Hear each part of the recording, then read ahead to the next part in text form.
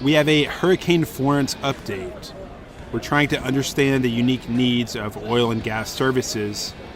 We talk about business intelligence solutions for industry issues, and we cover Goldman Sachs report on incumbent and disruptive brokerages. I'm JP. And I'm Chad. And we cover all these issues on this week's episode of What the Truck, brought to you live from In.Sight 2018 in Houston by Trimble.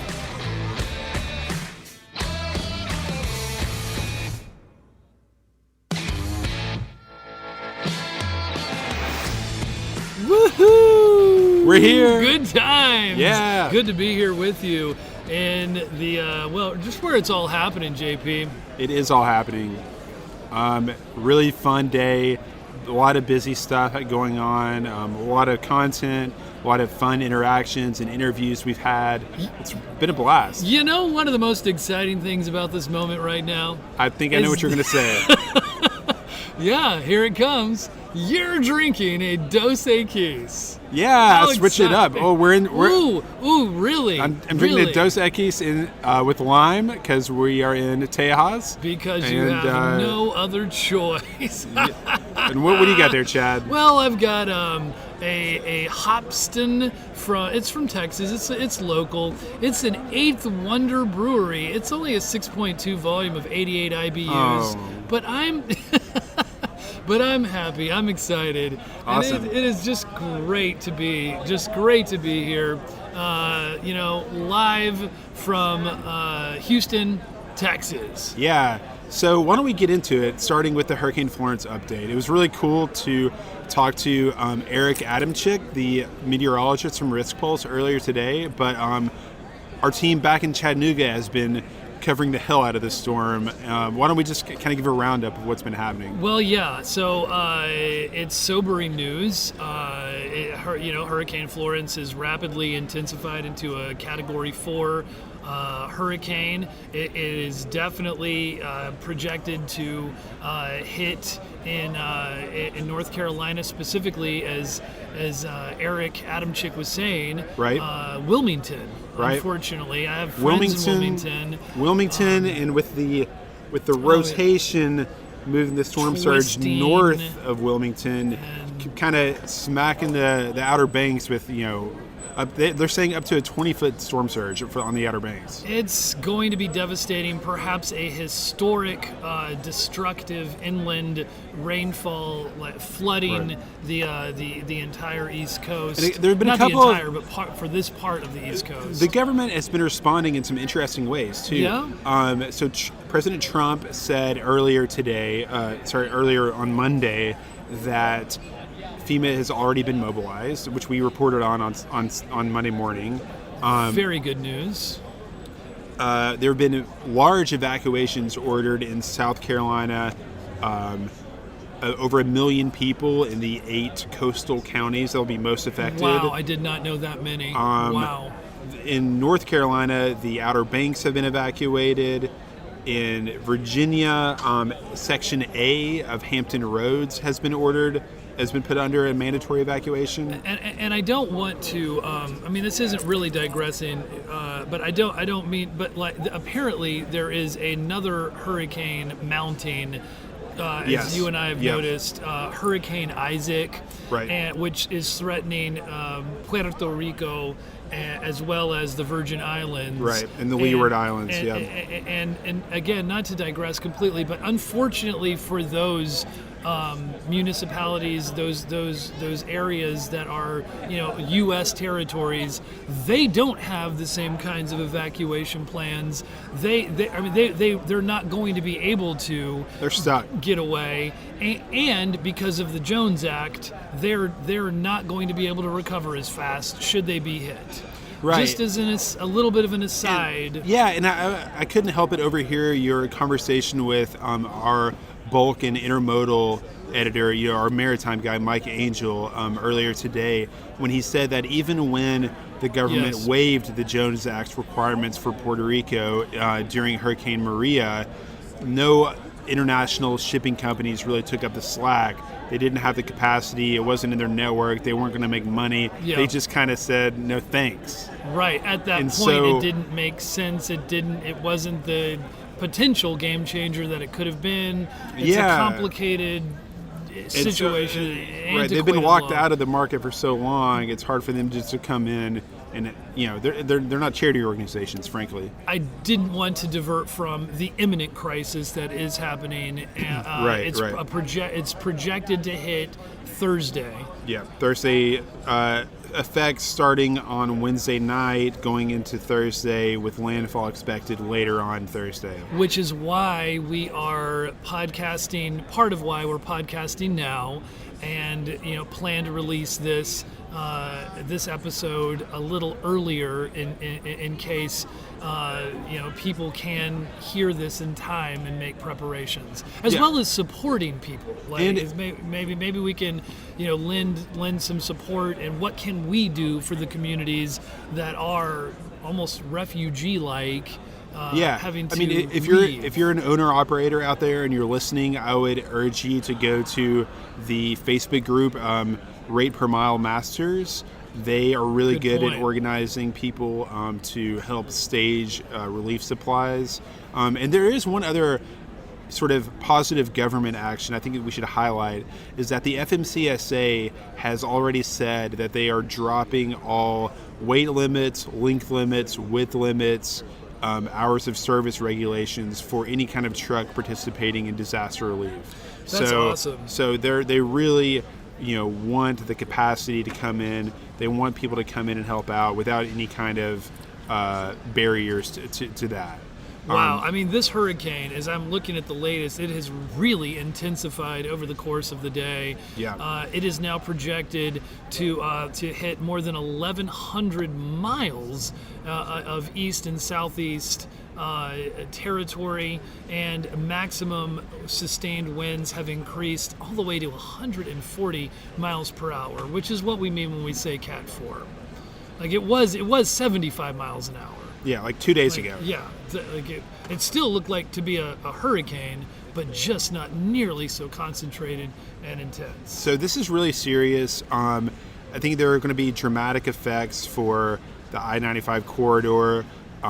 Yes. Adam Chick from Risk Pulse said that we're looking at up to 24 inches of rain in the Charlotte area, which is going to be flash flood situations. So last thought for me about it is that an act of God is an act of God, and you can only do what you can do.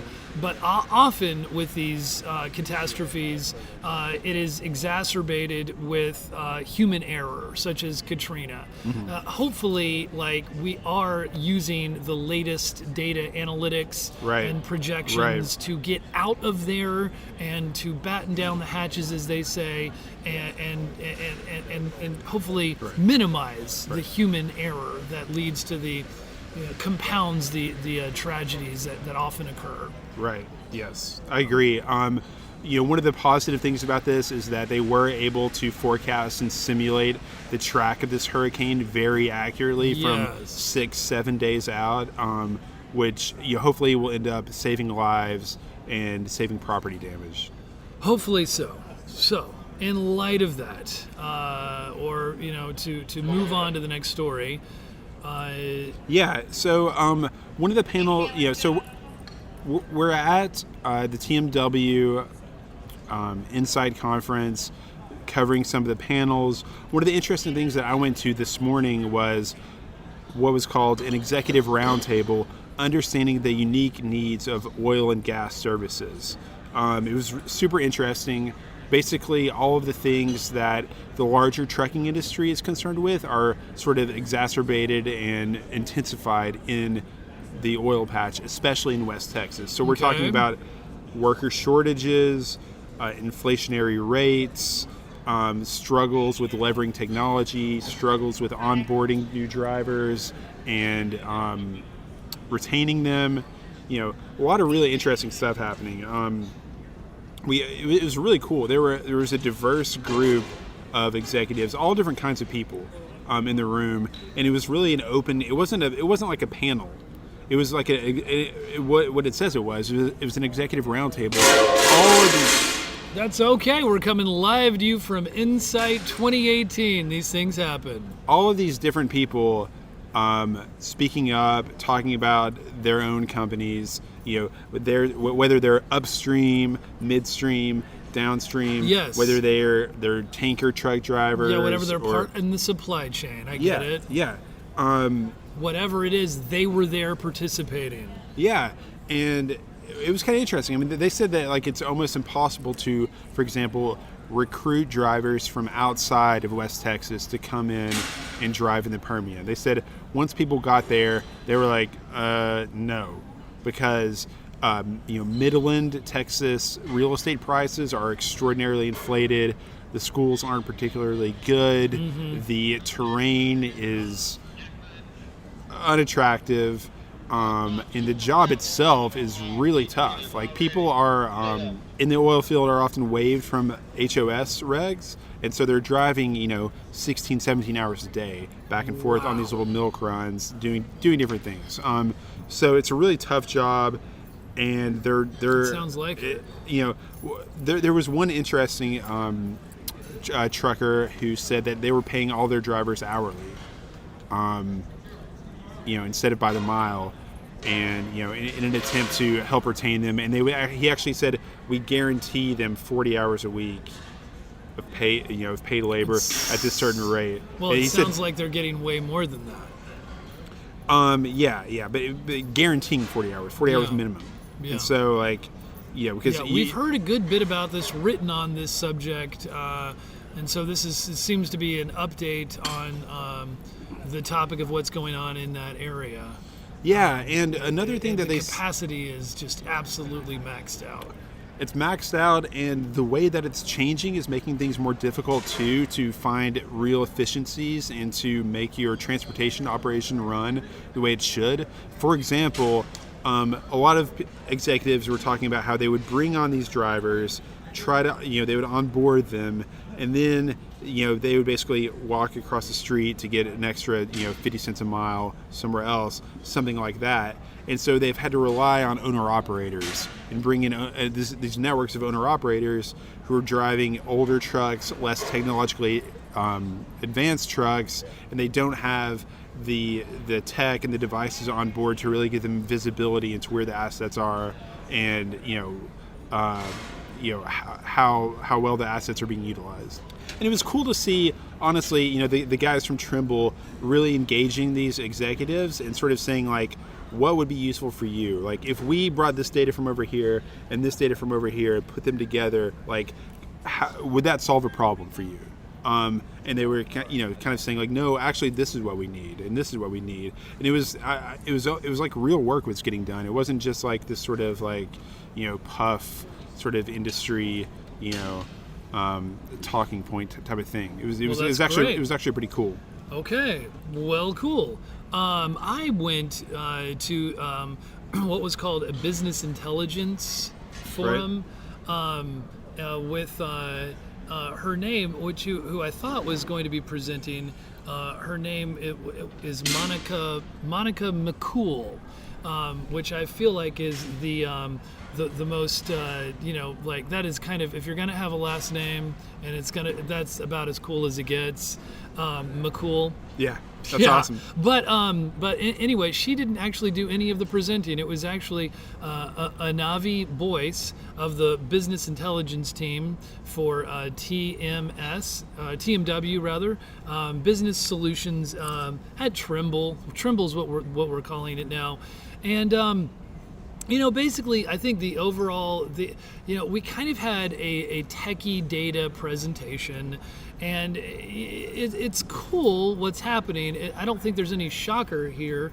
The overall idea is, in the old days, it was sort of like you were given a report card and you were kind of told this is how you're doing. It was one lane based. It was margin by customer, driver retention, but was there any way to evaluate and improve your utilization of assets? How did you know where your wins were, where your opportunities were? You didn't, because you didn't have good data.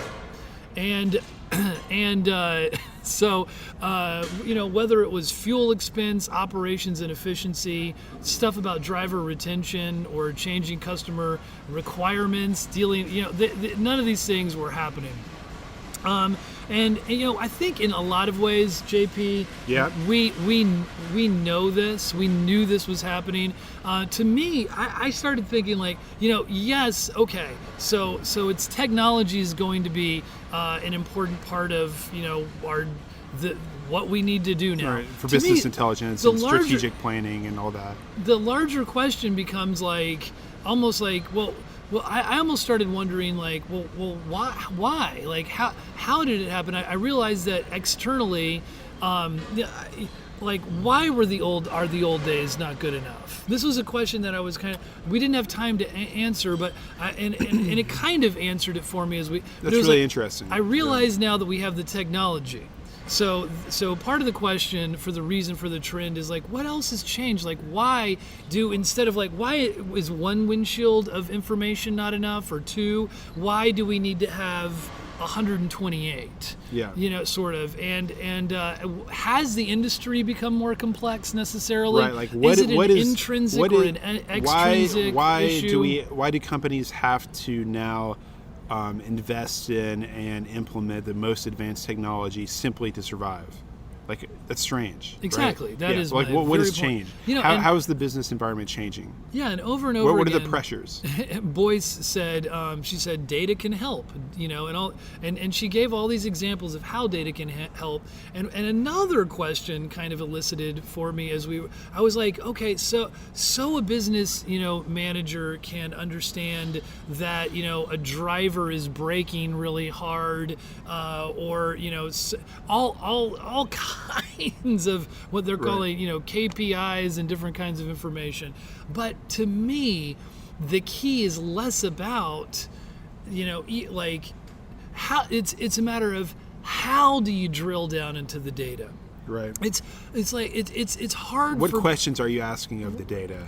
What are you trying to accomplish? You would have to be not just a technically, intelligent person to use it, or to use technically, intelligent people, but you'd have to have an open and creative mind in how to create solutions based upon the data. Right. Because the data may just be confronting you with difficult questions. Right. If you just have a bunch of comma-separated values, you still have to know what to do with it. You still have to think creatively. You still have to be energetic in your intellectual inquiry to even sort of imagine how to use it. It's just like that cliche, we can say we should think outside the box, but how do you think outside the box is the real question. You know what I mean? But one thing that did answer my own question as I was listening is that, one of the big changes that has happened is that customer requirements has changed, and that ain't just for the last mile, as we give so much attention to. Right. That's a downstream issue. Right. For but it affects small the whole supply to chain. medium to even large, carriers. Yes, it affects the whole supply chain. How do you balance a lane to support the downstream efforts? Do you start having people in there at 2 a.m. To fulfill, with your limited drivers? How do you cherry pick what the best options are? There's some very okay. So overall, this is not a shocker of a story that data is telling us, leading us where we need to go. Right. But I think where we are leading with what Trimble and other powerful data analytics companies are putting together is how are we aggregating and utilizing that data? Yeah. And to me, that's the interesting part. It's fascinating. Okay, so for our last story, right? So we were looking at a sophisticated piece of and actually analysis. it's a very good example of an industry that's changing in how data is both data and technology is both challenging and protecting incumbent participants in the marketplace. And what I'm talking about is the recent Goldman Sachs report from last week called Commoditizing Logistics, Assessing Disruptive Links in the Supply Chain. Really cool story. Right. Essentially, The report was meant to help answer investor questions about the risk to incumbent 3PL stocks like C.H. Robinson. And let me interject here. Like what this brings us up to a place where their thesis is a little different, but what we had been realizing up until this point, what we've been covering is like what the incumbents don't get a lot of love, right, but they are actually the ones still in command of the innovation and market share. But the new thesis, the slightly deviated or adjusted thesis is that what are the disruptors doing? Right. So I'm about to get into that. So it's about the risk to incumbent 3PLs from, like C.H. Robinson, from new tech-focused digital brokerages like Convoy and Uber Freight. And the questions are, is C.H. Robinson going to see compressed margins on their loads? Is that the end all and be all of the pain that they're going to face? Or are they also going to lose market share? Right? So that's really the question that investors wanted to know. How bad is it going to be for C.H. Robinson's revenue? I see. Right? Goldman's high-level thesis is that while these new venture-backed digital brokerages have pushed along innovation, they're merely accelerating the commoditization of brokerage services that's already been happening and that the incumbents are willingly participating in. So what do we mean by the commoditization, or I would just prefer the simpler word, commodification of brokerage services? Okay. What does that mean? Commodifying brokerage means standardizing it, automating it, and making it fungible so that it's less about relationships and networks and contacts and white glove service. Mm-hmm. It's more like I said, automated and standardized. That's the goal of digital brokerages, and they're trying to drive down costs by doing that. Right. The question is what impact this whole process is going to have, because tech-based disruptors have about 8% lower cost than agent models or people with agent-based brokerage networks. And it's interesting, where did these digital brokerages come from? How are they now arriving on the scene? Goldman gave some really interesting insight into the sort of financial environment that's allowed the rise of companies like Uber Freight, Convoy, Transfix. Here's an interesting quote. Okay, from 2012 to 2014, so in those 3 years, about $260 million of venture capital money entered the space, the digital brokerage space. Okay, $260 million. In the next 3 years, from 2015, 16, 17, that went up to $2.3 billion. That is a gigantic leap. It's tenfold almost.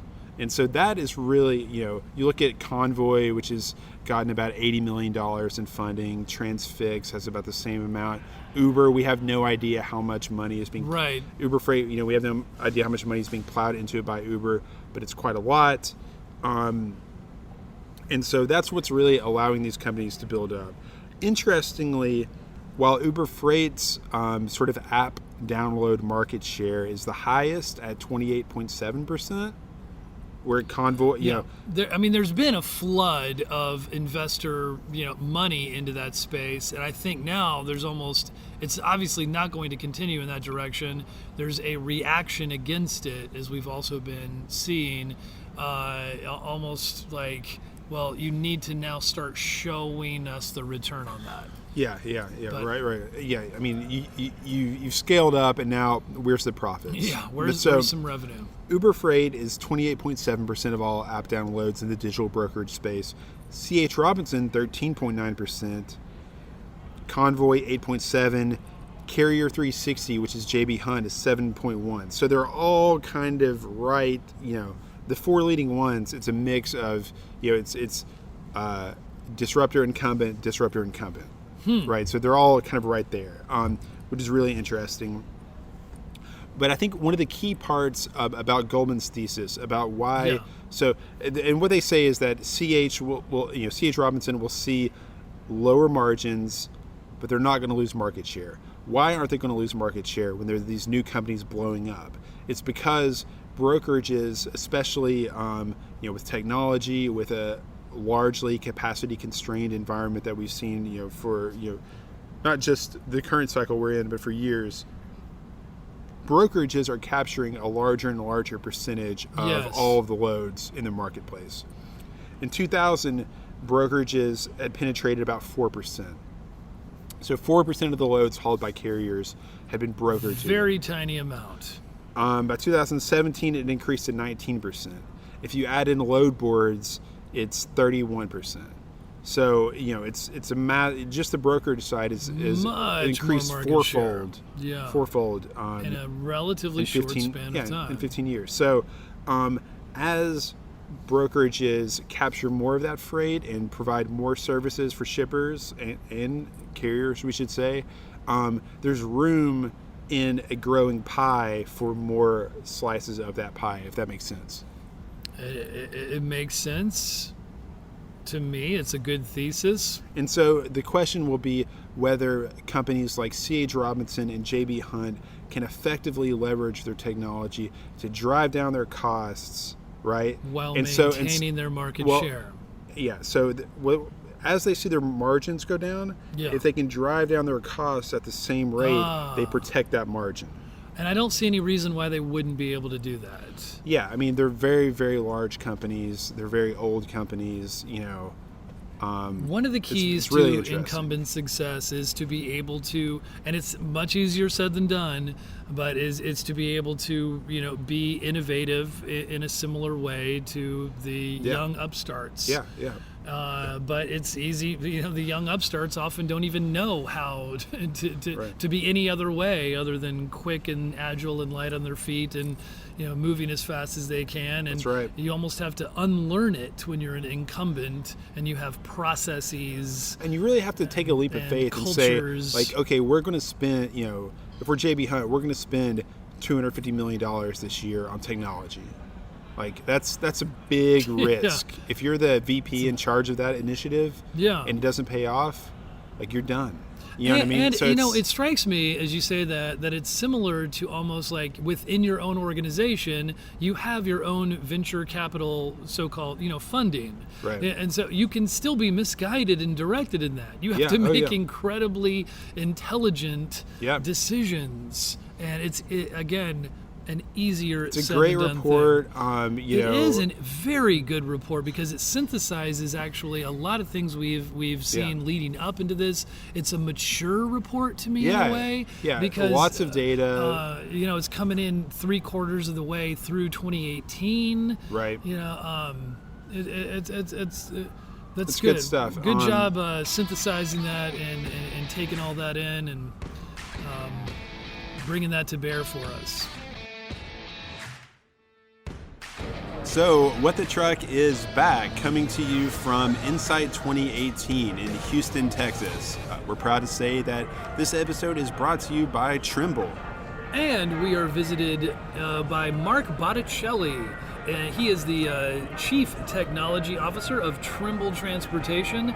He's a technology executive with over 25 years of experience in providing technology innovation, strategic leadership, and superior product delivery. Welcome, Mark. Thank you. Welcome. I'm glad to be here. Yeah, thanks for stopping by, man. Are you ready to play 5 Good Minutes? I am. All Bring right. it on. Well, let's jump in. So tell us about your background. How did you arrive at this position at Trimble Transportation? Yeah, well, like many companies, my company, 11 Technology, was acquired 13 years ago. I became part of the Trimble family. And then we acquired PeopleNet about 7 years ago, and they've asked me to be their CTO. And then recently they expanded my role to be CTO of all of transportation, which includes PeopleNet, TMW, ALK, 10-4, and others. And so it seems kind of like Trimble, woke up one day and said, wow, we've got all of these different software companies all touching different parts of the transportation sector. How do we put them together? Can you talk a little bit about what your sort of utopian vision for that looks like once it's all said and done? Yeah, I think the awakening was not that, oh my God, we have all of these properties within our sector. that was very strategic, buying all the puzzle pieces. I think, the aha moment was, oh my God, they're not as well integrated as we need them to be. If you look at, 10-4 visibility player who's trying to integrate every carrier and shipper, well, guess what? PeopleNet's trying to integrate to every carrier as well. So we don't need to integrate twice, right? We can integrate one time onto a transportation cloud. And you guys kind of want to be a transportation exchange or kind of an ecosystem, as I understand it. Yeah, that's exactly right. If you look at the properties that we do have within our sector, whether it's a visibility player, a mobile comm vendor, or a TMS, that means we'll be integrated to every ELD provider, every mobile comm vendor, every TMS vendor. So if you start to look at that, we're really building a transportation exchange. At the strategic level, what are the biggest challenges when you're tasked with putting the puzzle pieces together? Right. Well, I think as most big companies understand, is we acquired most of this technology. And when you acquire them, they come with their own platform and technologies. So now I have the task of how do we bring them together. And it'll be a unique challenge, but one that's worth going after. Technology has been really a theme of 2018, and with the capacity crunch. Do you see a lot of adoption of the technology happening? Is it happening as fast as you all would be hoping? Are there any obstacles? Yeah, I think you're right. In the past 2 or 3 years, there's been a lot of technology that we can take advantage of, and we're starting to implement those. And the unique situation within Trimble is because we own all of these different properties that make up the entire supply chain within transportation. We have a unique opportunity to optimize that entire supply chain, leveraging great technologies such as microservices and blockchain and other capability. Do you think right now, specifically, that the capacity-constrained environment we're in, where shippers have very little leverage over trucks, is that slowing down some kinds of connectivity and compliance? And what does that look like once the cycle rolls over? Yeah, I think you're right. There are some challenges, but I think shippers are starting to really encourage the carriers that they choose to participate in these kind of technology exchanges so that they can get visibility. So I think the shippers are helping drive the evolution of technology and the evolution of optimizing that supply chain. Well, what are your goals and aspirations for Trimble for the rest of 2018 and rolling into 2019? Yeah, well, certainly for me, that's world domination. Best answer so far. That's right. I want to integrate to every capability in transportation and have every transaction running through our transportation platform so that we can optimize it. And we feel like we have an unfair competitive advantage just because of the companies that we bought. Well, that is, it's plenty, no problem to dominate the world in just a few months. So sounds reasonable. Yeah, it's very ambitious. And anybody who can navigate 5 good minutes the way you just did must certainly be able to do that. Well on their way to world domination. Thank you. Very, very nice job. Now we'll see how well my execution is. Well, I think that about wraps it up for our special episode from In.Sight 2018, brought to you by Trimble. We've had a great time in Houston. We're going to continue to record some more interviews, but I think that does it for today, right, Chad? I think we shut down the room. Nice. I don't know if our listening audience could tell, but things have gotten quieter. Last podcast standing. Last people in this gigantic room. Thanks for listening, and we will be back with you again next week.